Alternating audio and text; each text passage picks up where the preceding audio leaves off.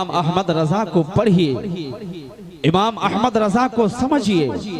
इमाम अहमद रजा खान अलैहि रहमतो व रिज़वान को जब आप पढ़ेंगे, आप उनकी जिंदगी को पढ़ेंगे, आप उनकी जिंदगी के कारनामे को पढ़ेंगे, जब आप आला हजरत को पढ़ेंगे, किताबों का मुताला करेंगे, आपको मालूम होगा कि अहमद रजा किसी फर्दे वाहिद का नाम नहीं है, बल्कि तदब्बुर का नाम इमाम अहमद रजा है, तफक्कुर का नाम इमाम अहमद रजा है, ताक़ुल का नाम इमाम अहमद रजा है, तफक्कुह फिद्दीन का नाम इमाम अहमद रजा है, इमाम आज़म की फ़िक़ाहत का नाम इमाम अहमद रजा है, इमाम राज़ी की तदक़ीक़ी कमाल का नाम इमाम अहमद रजा है, अल्लामा जलालुद्दीन सुयूती के तफ़सीरी कमाल का नाम इमाम अहमद रजा है, पेचीदा मसाइल के हल का नाम इमाम अहमद रजा है, वहाबियत को ढा देने का नाम इमाम अहमद रजा है, असर वहाबियत में ज़लज़ला पैदा कर देने का नाम इमाम अहमद रजा है।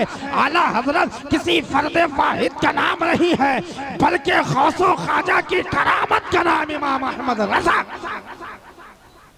आला हजरत किसी फर्दे वाहिद का नाम नहीं है, वो आला हजरत आज जिसके मसलक के नाम जो है, जिनके नाम का नारा लगाते हैं, आज मसलक के आला हजरत के नाम का नारा लगाते हैं। मसलक के आला हजरत का नारा आज सिर्फ आज आपके इलाके में नहीं, बल्कि हिंदुस्तान और हिंदुस्तान के बाहर मसलक के आला हजरत का नारा लग रहा है। इमाम अहमद रजा खान के नाम का नारा लग रहा है, आला हजरत का डंका बज रहा है। आला हजरत को पूरी दुनिया पहचान रही है। इमाम अहमद रजा को पूरी दुनिया में पहचान क्यों मिली है? इमाम अहमद रजा को पूरी दुनिया के लोग क्यों पहचान रहे हैं? सिर्फ इसलिए नहीं पहचान रहे हैं कि वो बहुत बड़े आलिम दीन थे, इसलिए नहीं पहचान रहे हैं। वो बहुत बड़े मुफ्ती थे, इसलिए नहीं पहचान रहे हैं कि वो बहुत सारी किताबें उन्होंने लिखी है, बल्कि आला हजरत को आज पूरी दुनिया पहचान रही है। तो एक वजह यह है कि इमाम अहमद रजा के तरह दौरे हाजिर में कोई आशिक़े मुस्तफा, आशिक़े मुस्तफा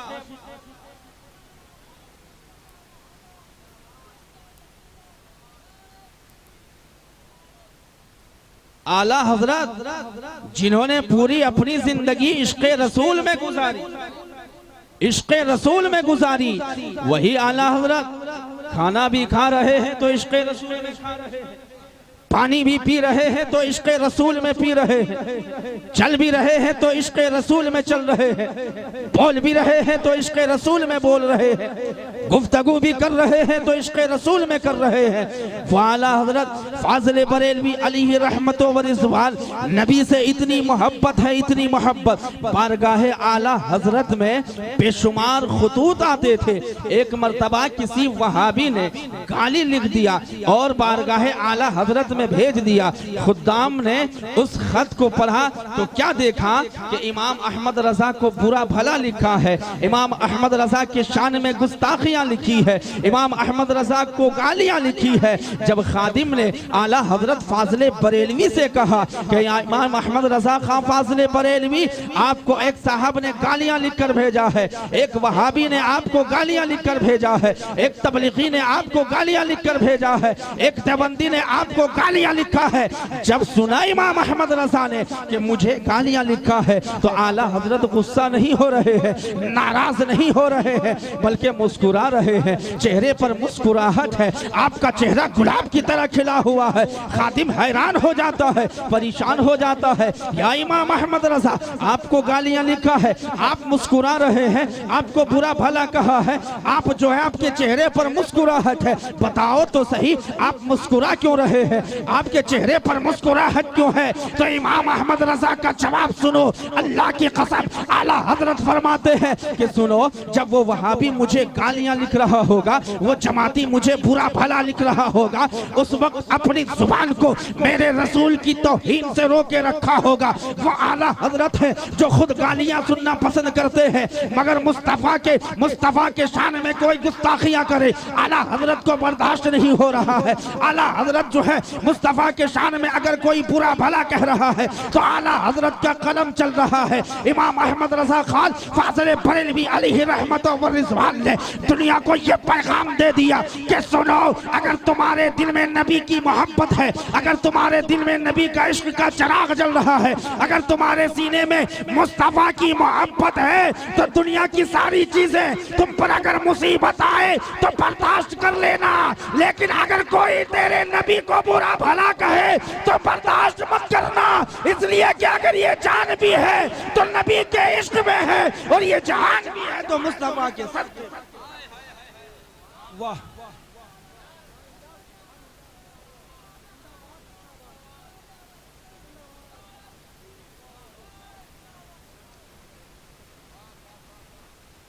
आला हजरत ने आज हम नबी आले नबी की ताजीम करते हैं, तौकीर करते हैं।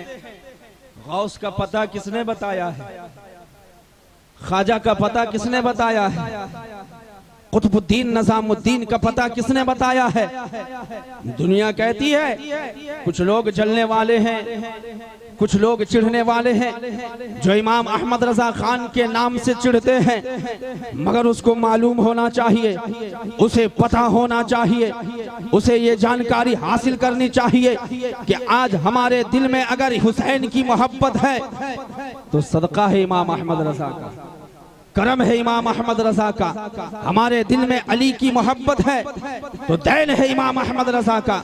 आज हमारे सीने में गौस व ख्वाजा की मोहब्बत है तो करम है आला हजरत का। हमें गौस का मकाम भी आला हजरत ने बताया है, ख्वाजा का मर्तबा भी आला हजरत ने बताया है, हसनैन करीमैन का मकाम भी इमाम अहमद रजा खान ने बताया है। आज हमारे दिल में नबी और आले नबी की मोहब्बत है। आज हम मिलाद पढ़ रहे हैं, आज हम सलाम पढ़ रहे हैं, आज हम क़याम पढ़ रहे हैं, आज जलसे सज रहे हैं, आज बुजुर्गों के मज़ारात पर हम हाजिरी दे रहे हैं, फूल और चादर चढ़ा रहे हैं, उनकी बारगाह में मन्नतें कर रहे हैं, तो ये करम है इमाम अहमद रजा का। इसलिए कि आला हजरत इमाम अहमद रजा खां फाज़िल बरेलवी अलैहि रहमतो व रिज़वान जब पैदा नहीं हुए थे तो ऐसे ऐसे लोग पैदा हो गए थे, ऐसे ऐसे फितने पैदा हो गए थे जिससे जो फितने लोगों के मुस्तफ़ा के इश्क के से दूर कर रहा था। नमाजी तो बना रहा था मगर सीने से मोहब्बत रसूल निकाल दे रहा था। हाजी तो बना रहा था, मस्जिद का नमाजी तो बना रहा था, दाढ़ी टोपी तो पहना रहा था और जो है वो कुरान की तिलावत तो सिखा रहा था, मगर दिल में नबी की मोहब्बत नहीं थी, दिल में इश्क रसूल का चिराग नहीं जल रहा था। आला हजरत ने यही तो काम किया है कि सिर्फ नमाजी नहीं बनाया है बल्कि आशिक रसूल भी बनाया है, सिर्फ हाजी नहीं बनाया है, आशिक रसूल भी बनाया है, सिर्फ जो है हमें इस्लामी लिबास पहनने का तरीका नहीं बताया है बल्कि आशिक रसूल भी बनाया है। और याद रखिए, जिसके दिल में मुस्तफा की मोहब्बत नहीं है ना उसकी नमाज है ना उसका रोज़ा। आज आप लोग खुशनसीब हैं कि कोई रज़वी है, कोई हबीबी है, कोई अशरफी है, मगर सब के सब नबी वाले, सब के सब गौस वाले हैं, सब के सब ख्वाजा वाले हैं, सब के सब कुतुबुद्दीन निजामुद्दीन वाले हैं, सब के सब नबी और आले नबी से मोहब्बत करने वाले हैं। बात आ गई तो मैंने इमाम अहमद रजा खान फाज़िल बरेलवी अलैहि रहमतो व रिज़वान की बारगाह में खराजे अकीदत पेश करने की दो चार बातें आप हजरात के सामने रखने की कोशिश की। ये जलसा है, उर्स है शाह अब्दुल रहीम शाह। आपने मोहब्बत के साथ जलसे को सजाया। आज मैं चाहूंगा कि दो चार ऐसी बातें भी कहूं जो हमारे समाज के लिए जरूरी है, हमारे मुआशरे के लिए जरूरी है, हमारी सोसाइटी के लिए जरूरी है, हमें जिंदगी गुजारने के लिए जरूरी है। आज लोग बड़े मोहब्बत से नाते हबीबे खुदा तो सुनते हैं मगर तकरीर सुनना पसंद नहीं करते हैं। इसकी वजह है कि आज माँ का जनाजा सामने मौजूद हो, बेटा दुआ करने की ताकत, जिसकी वजह यह है कि वुजू तो करते हैं मगर वुजू का सही तरीका नहीं मालूम है। नहाते तो हैं मगर गुस्ल पाक होने का सही तरीका नहीं मालूम है। नमाज तो पढ़ते हैं मगर सजदा का तरीका नहीं मालूम है, रुकू का तरीका नहीं मालूम है, क़याम का तरीका नहीं मालूम है, कुरान पाक की तिलावत करने का सही हमें और आपको तरीका नहीं मालूम है।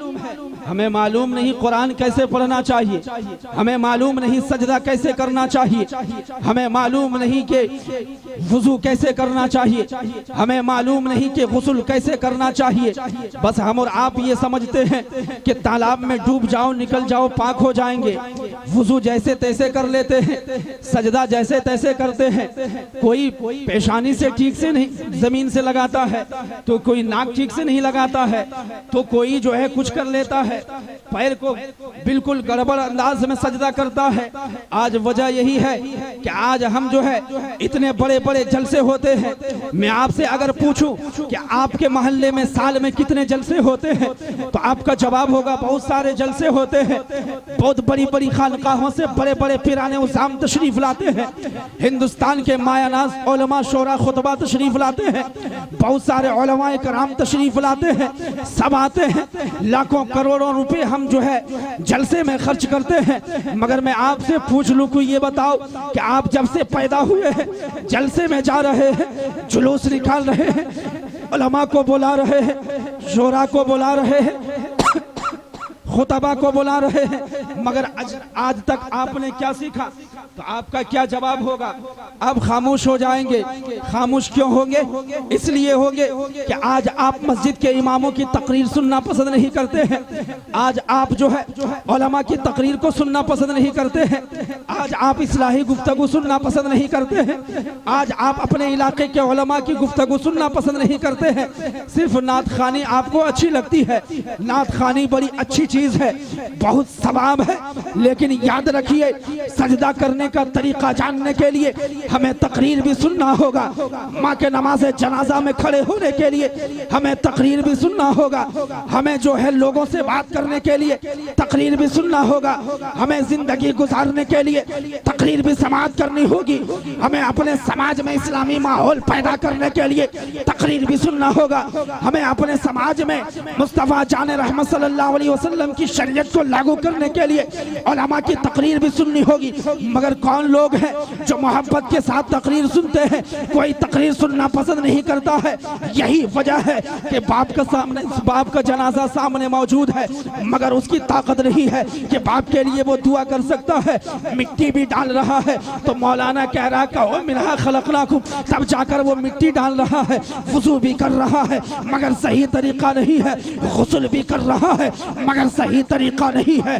वो सब काम तो कर रहा है मगर सही तरीका मालूम नहीं है। मैं आपसे पूछना चाहता हूँ, आपने लाखों रुपए जलसे में लगाया, आपने करोड़ों रुपए जलसे में खर्च किया, मगर आज तक आपने वुज़ू का तरीका नहीं सीखा, आज तक आपने गुस्ल का तरीका नहीं सीखा। आप क्या समझते हो कि मौलाना वुज़ू सही कर लेगा तो हमारा भी काम बन जाएगा, इमाम वुज़ू सही से कर लेगा तो हमारा भी काम बन जाएगा, उलमा वुज़ू सही से कर लेगा तो हमारा काम बन जाएगा? अगर ये आप समझ रहे हो तो ये खाम ख्याली है। अज़ीज़ान मिल्लत इस्लामिया, अगर मौलाना को वुज़ू सही करना ज़रूरी है तो आपको भी वुज़ू सही करना ज़रूरी है। अगर वो गुस्ल सही तरीके से कर रहा है तो आपको भी गुस्ल सही तरीके से करना होगा। आज आप गौस पाक के नाम से जलसे सजाते हैं, ख्वाजा गरीब नवाज के नाम से जलसे सजाते हैं, आप इमाम अहमद रज़ा खान के नाम से जलसे सजाते हैं, मगर मैं आपसे पूछना चाहता हूँ कि गौसे पाक का पैगाम क्या था, गरीब नवाज का पैगाम क्या था,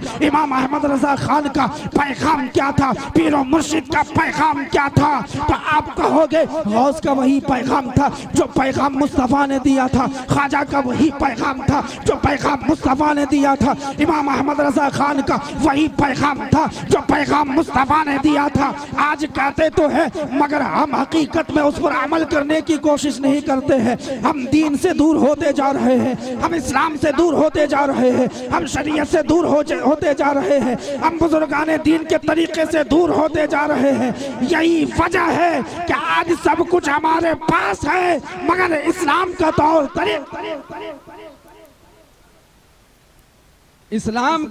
तरीका नहीं है। सब हमारे पास है, इस्लाम का तरीका हमारे पास नहीं है। आज मैं आपसे पूछना चाहता हूँ, जलसे होते हैं इसलिए कि लोग कुछ, इसीलिए जलसे होते हैं ना कि लोग कुछ सीखे, मगर हम क्या सीख रहे हैं?